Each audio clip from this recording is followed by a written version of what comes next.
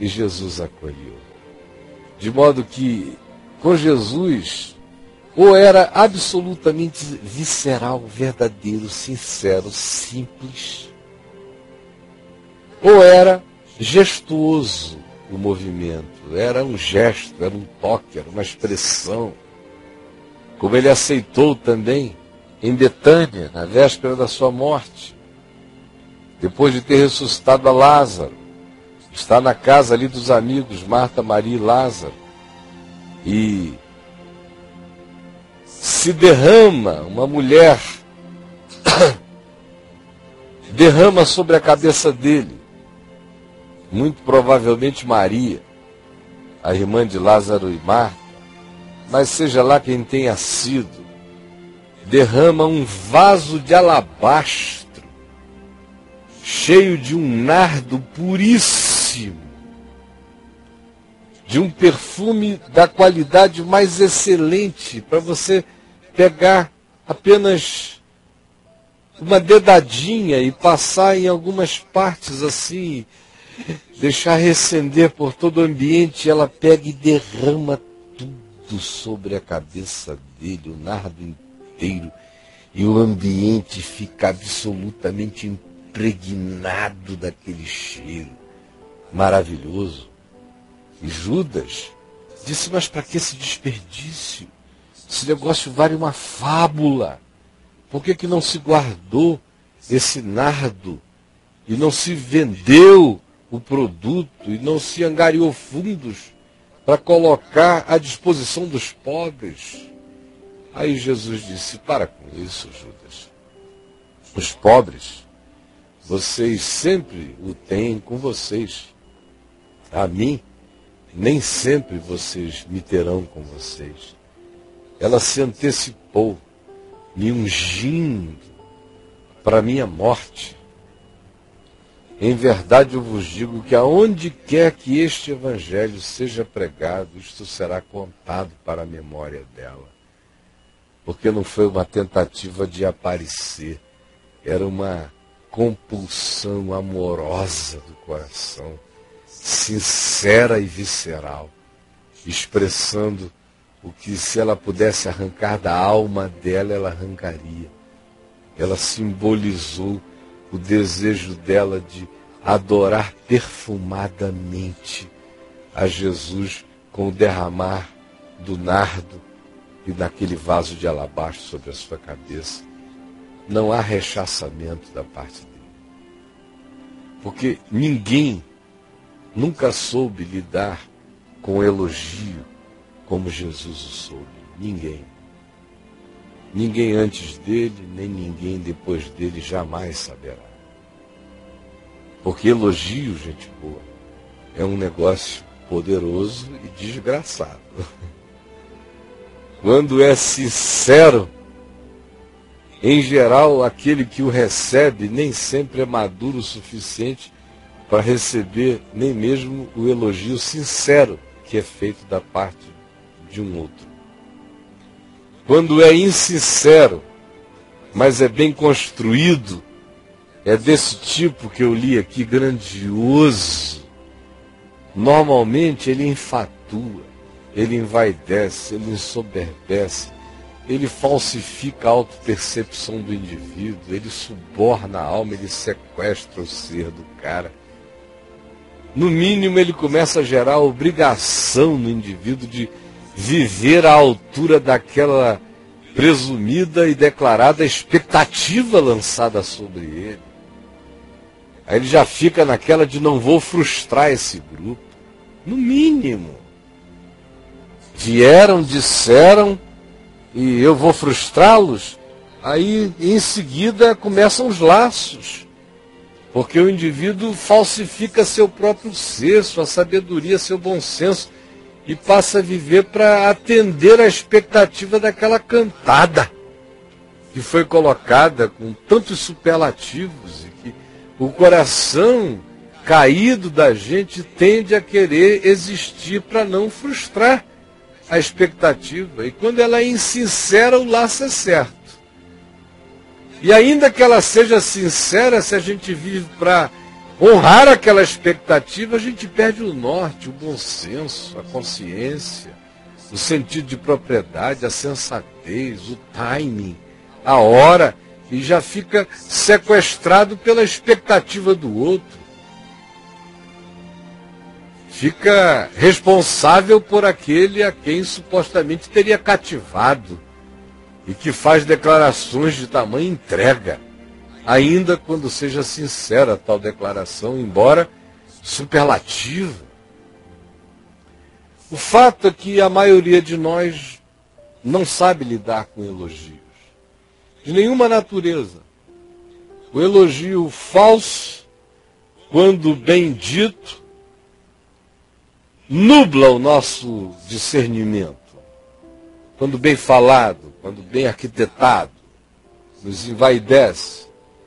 Quando é fruto de alguma sinceridade e chega com os mesmos superlativos, une-se a energia da sinceridade ao superlativo e a tendência humana, egótica, egolátrica, de amar uma adulação e um incensamento, e por alguma viazinha aquele negócio começa a penetrar na gente, você começa a se convencer que talvez, quem sabe, provavelmente seja aquilo mesmo, você que é tão humilde que não percebe. Agora, pense no elogio não apenas nesses termos e nessas bases bíblicas aqui descritas por mim. Pense nele em muitas e em todas as outras perspectivas. O que é uma cantada? Uma cantada, se não um elogio.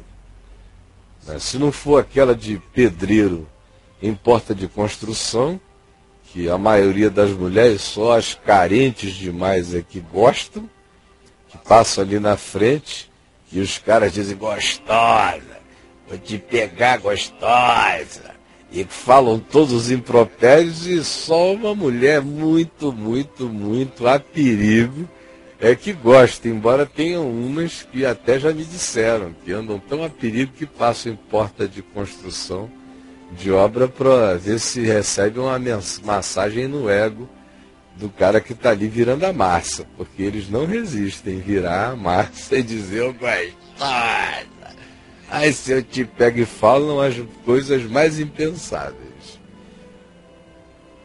Mas aquele elogio que você recebe todo dia de um amigo de trabalho, você mulher casadinha, que está me vendo aí na empresa, na repartição pública, bem casada, maridão ou maridinho, cara legal, gente boa, mas elogiava muito você quando vocês namoravam, você se sentiu o máximo.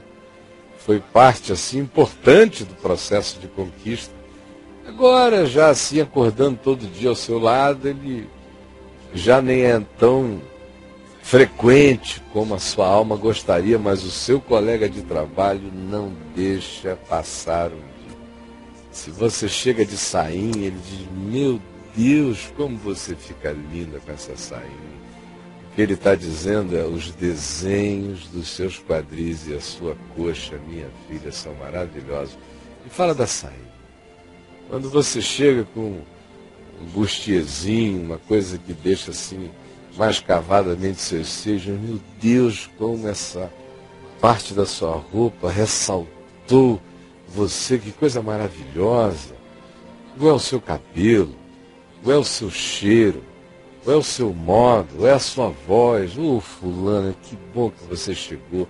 Nossa, a sua voz dos anjos. Quando você chega e fala, bom dia, meu coração já se acalma. E o coração da pessoa vai começando a topar qualquer negócio. É um dia depois do outro, é um dia depois do outro, é um dia depois do outro. E vai entrando. E aí o outro, que é esse elogiador, vai crescendo aos seus sentidos. Você começa a ficar com a expectativa daquele elogio, de ouvir aquilo. Você diz para você mesmo, ganhei o dia.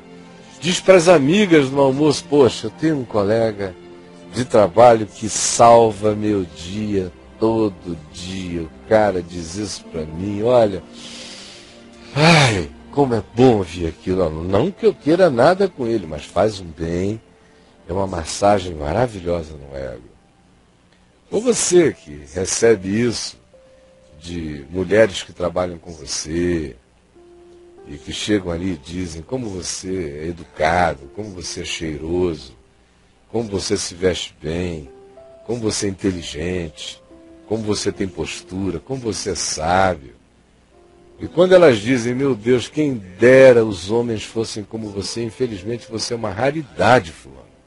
Eu tenho que dizer isso a você a bem da verdade. Você é uma raridade.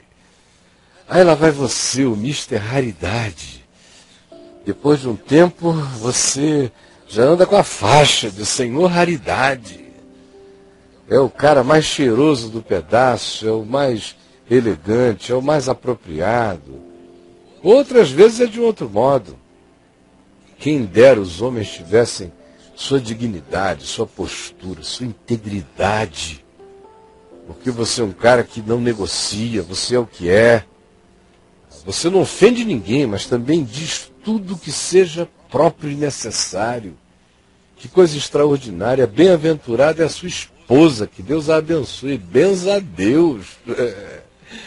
Aí você começa a ouvir isso todo dia, da mesma pessoinha, e o coração vai sendo tomado, vai ficando inflado, vai chegando uma hora que você diz, meu Deus, que horas ele vai chegar, ou ela vai chegar, ou eles vão chegar para me dizerem isso.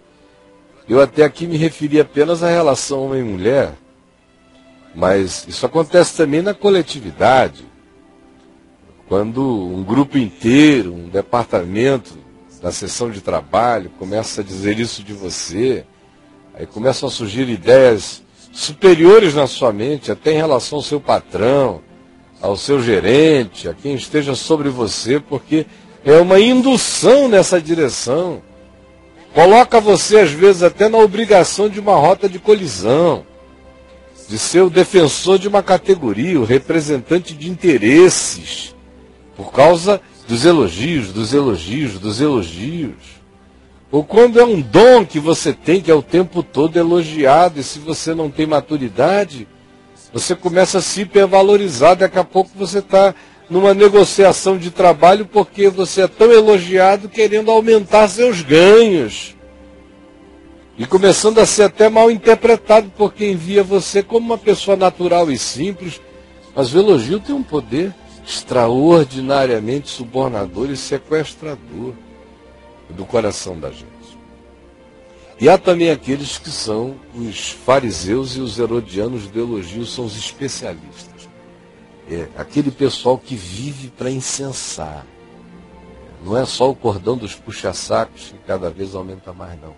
É dos sedutores, são manipuladores, são os que sabem onde apertar o botão, são os que estudam pessoas e dizem, pô, já saquei que esse cara não aguenta uma mexida nessa dimensão do ego dele. Aí começa, às vezes não é nem para você, diz para outro, você viu como nosso amigo aqui é inteligente pra caramba? Não é para você, está dizendo de você a um outro. Você já, ou então, se há uma outra menina na sala, você já viu como nossa amiga quando entra, isso aqui é um jardim de belezas para nós. Aí geralmente diz para uma pessoa mais fraca, com uma autoimagem baixa, que também diz, é mesmo, ela é linda, não é? Então não está dizendo nada você direto, conversando com uma outra, e você aí, e você aí. Às vezes é um vizinho. Tudo que seu marido não diz, ele diz. Às vezes é até um padeiro. Tudo que você está querendo ouvir, ele diz. Pode ser quem for. Pode ser até o frentista do posto de gasolina, mas toda vez que você para lá, ele diz, ô, a senhora aqui, ganhei meu dia. Quando a senhora não vem, as coisas não ficam tão bonitas. Meu Deus, que bom que a senhora veio. R$50 ou 100 hoje. Que bom, que alegria botar gasolina no seu carro.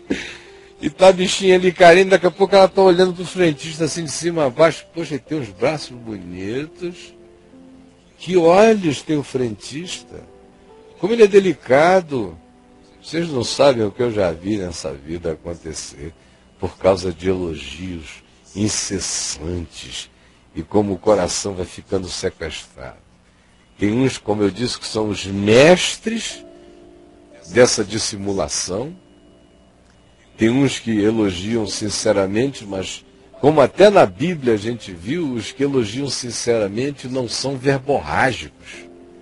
São sóbrios, você percebe a intenção deles, mas eles não vêm carregados com aquela melosidade repetitiva e cheia de untamento na intenção de que você deslize na direção deles. E há aqueles que são os profissionais, que são os que têm outras intenções, que são os conquistadores, que são os galanteadores profissionais, homens ou mulheres, em qualquer direção. Isso vale para subir de posto no trabalho, isso vale para se tornar um melhor lobista, isso vale para ser convidado para o que se queria, isso vale para fazer uma amizade que você ambicionava. Isso vale em todas as dimensões em que se detecta a fragilidade egótica, vaidosa ou soberba, ou até mesmo a fragilidade de autoimagem de alguém numa área. É uma mulher muito bonita, mas não tem prendas intelectuais muito grandes, e você começa a estimular a dimensão dela onde ela se sente fraca. Diz, mas que coisa boa esse seu trabalho, foi você que fez mesmo? Ah, você gostou? Ah, gostei, que maravilha, você podia ser minha colega de pesquisa nisso. Eu disse, poxa, graças a Deus eu não sou mais um par de peitos, de coxas, de bocas e de ódios. Tem um cara que chegou à minha cabeça. Aí pronto. O caminho está aberto para um bocado de coisas. De modo que eu queria deixar isso com você hoje. Ontem a gente falou de antipatia, hoje eu queria falar do oposto, do elogio. Queria falar com os galanteadores profissionais, os elogiadores, sequestradores de almas pela capacidade de elogiar, seduzir e cantar, em qualquer nível de cantar. Como eu quero falar com você que anda hoje sob a tentação de uma cantada diária, em qualquer nível, de elogios e elogios e elogios, e que agora volta para casa e a casa já não tem mais a mesma graça, porque o lugar gracioso é onde mora, onde está o rei da exaltação do seu ser. Então o marido está perdendo a condição de admiração que antes tinha. Você começa a estar com saudade já da segunda-feira no fim de semana. A mulher, a mesma coisa acontece quando tem alguém convivendo com você e enchendo e inflando você o dia inteiro. Ou os melhores amigos vão perdendo o significado quando chega alguém e você começa a trocar anos de amizades sóbrias pela presença de uma pessoa que infla e afirma seu ego o dia inteiro. E você começa a dizer, eu gosto dessas companhias, eu gosto, eu gosto, eu gosto. E vai alterando o curso do seu caminho, vai mudando o seu caráter, vai abobalhando você, vai tirando o seu discernimento. E certamente vai arruinar a sua vida, porque gera soberba. São poucas as pessoas já maduras o suficiente para entender e dizer hipócritas, porque me experimentais, ou não dizer nada e saber, meu Deus, se eles soubessem quantas vezes eu já vi esse filme, qual é o resultado, ou até mesmo dizerem, eu sei que mesmo os sinceros dizem isso por fragilidade de percepção, por fanatismo é que repetem essa coisa, mas eu já vivi o suficiente para saber com quantos paus se faz uma cangalha. A maioria absoluta das pessoas não é assim, porque o pecado na gente quer adulação, quer incensamento, quer louvor, quer glória, e os que mais adulam são aqueles que a gente deixa chegar mais perto. Eventualmente a gente põe na cama, eventualmente a gente enfia entre as pernas, quando a proposta é esta. De modo que eu não estou dizendo que tudo acaba aí, mas eu estou dizendo que, dependendo de qual seja a sua ambição, a adulação pode levar você a desviar o seu caminho. E se você é um adulador profissional, saiba, você está trabalhando com categorias malignas. Porque olhe para Jesus e me diga onde foi que Jesus adulou quem quer que fosse. Ele ama, ele não adula. Ele socorre, ele não adula. Ele estende a mão, ele não vive fazendo elogios. Ele afirma, ele não vomita verborragia sobre ninguém. Quem está ao seu lado se sente amado, mas ele não fica o dia inteiro tentando construir uma autoimagem de castelo de areia para o coração das pessoas.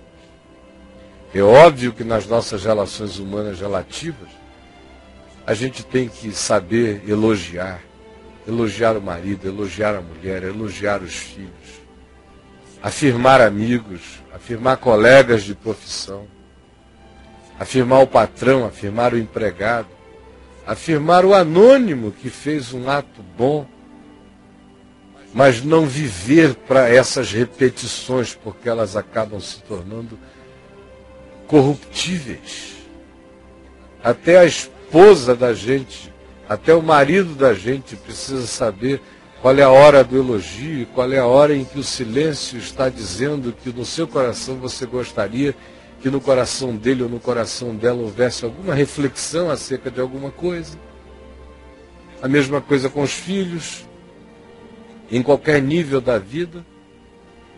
Então eu quero que você olhe agora para o seu coração e me diga, você é um elogiador profissional? Você é aquele cara que se viciou em todo dia dizer, essas pessoas à minha volta vão ficar encantadas comigo, porque eu vou fazer todo mundo se sentir o máximo.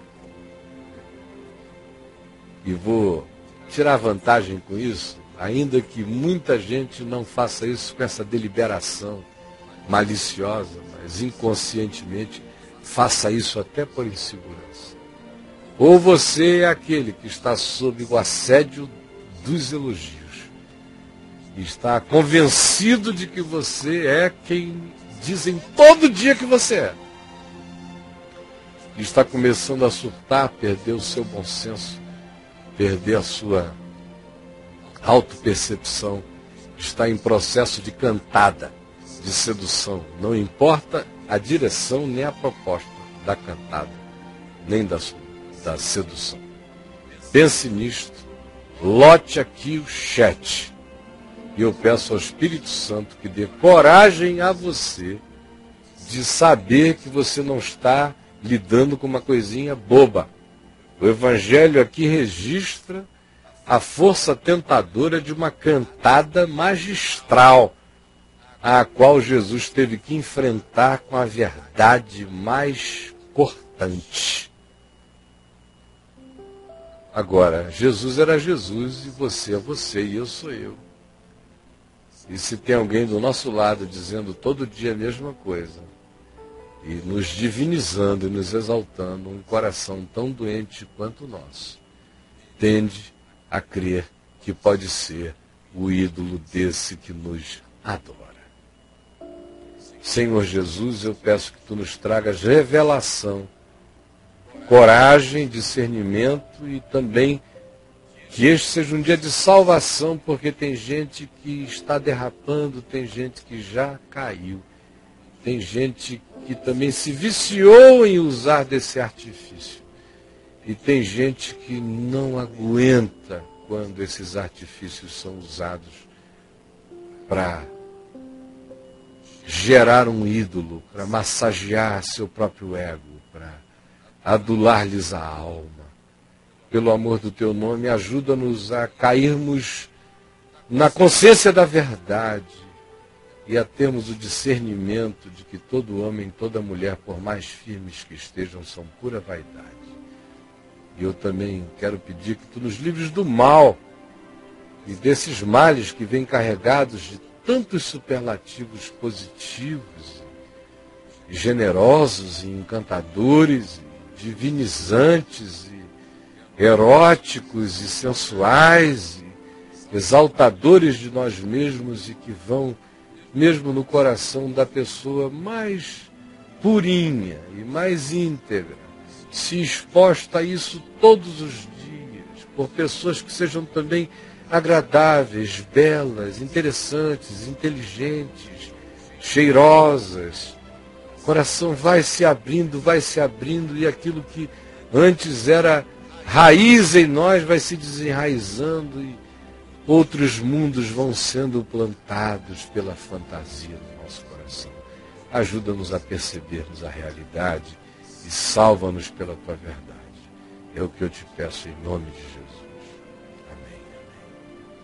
Então lote o chat e entupa o chat. Nós vamos para um intervalo, porque eu vou comer melão com mamão. E volto com você daqui a um pouquinho.